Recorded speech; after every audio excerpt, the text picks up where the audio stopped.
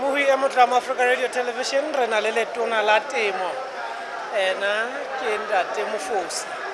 re utlwile hore o fuwe tjhelete e ngata haholo selemong sena e ka etsang dibilione tse 3.4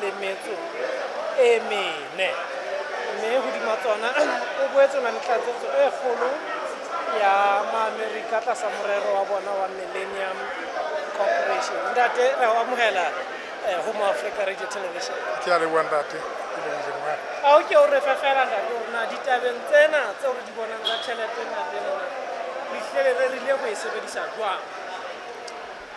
Mosebetsi wa ka o mokgutshwanyane fela. Nako ena e ke e dutseng lekaleng la temo mona ke qetile ka boithuto ba ka hore naha ena e hlokang. Mme ha bohlokwa hona jwale ho ke nang le bonnete ba hore le haeba tse ding di ka ba di kgaello e ke tlamehang ho e nepa ke ya ho kopanya mmaraka le bahwebi ba tsebe hore na ba hlahiseha tsa eng, mme re sireletse dihlahiswa tsa Basotho hore di ya mmarakeng di o fihla di rekwa e seng di o senyeha ba tsebe ho kgutlela masimong ba o le ha re bua haholo ka tabene ya botshehetsi ba dihwai le morero ona wa nosetso ona le re tlo sebetsa jwang le lekala la temo jwalo ka ha re hlalositse ntate budgeting ya rona hore mmuso ha ona go batlalatsa mabaha mme hona mono tjheleteng eno re e fuweng letona la finance le hlalositse ka mano hore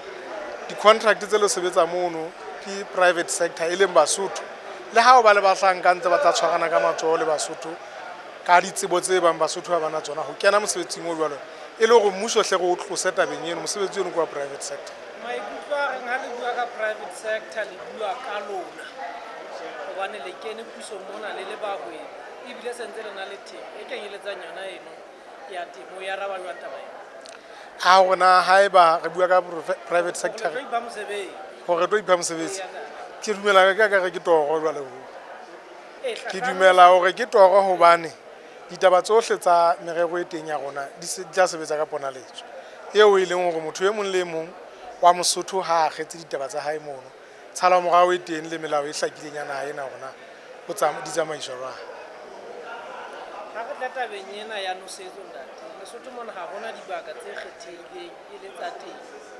e le hore ntlafatso e bang e ya etswa e kenyeletsang nosetso o la hore le lo etsa mobung wa Basotho le tlo sebetsa jwang hore le tle se ke la iphumana jwale le lwantshana le beng ba bona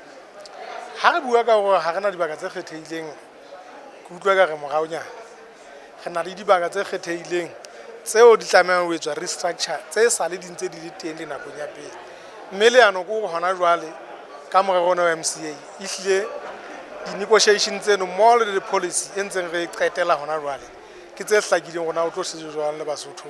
ka ditaba tseno mme haufinyane pele e tla ka mona ke kgola re tse re tla nne re be le dimoka tse ding e tla hlaka taba eno eo e bolelang re tla ikotsa ka mono ka haro ho policy ba ho ka dibaka tse kgethehileng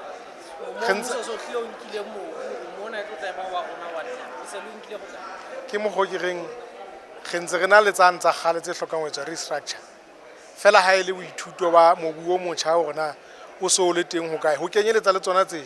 di-negotiation ke ona di tlang ho beng ba masimo policy ya rona e hlakile ka hare rona re tlo sebetsa jwale beng ba masimo bohle ba pelang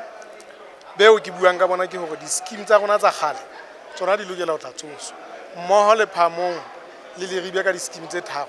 di-scheme tseno tseo o so bile ho MCA yona e di entse pilot ho bua le beng ba tsona ke a leboha.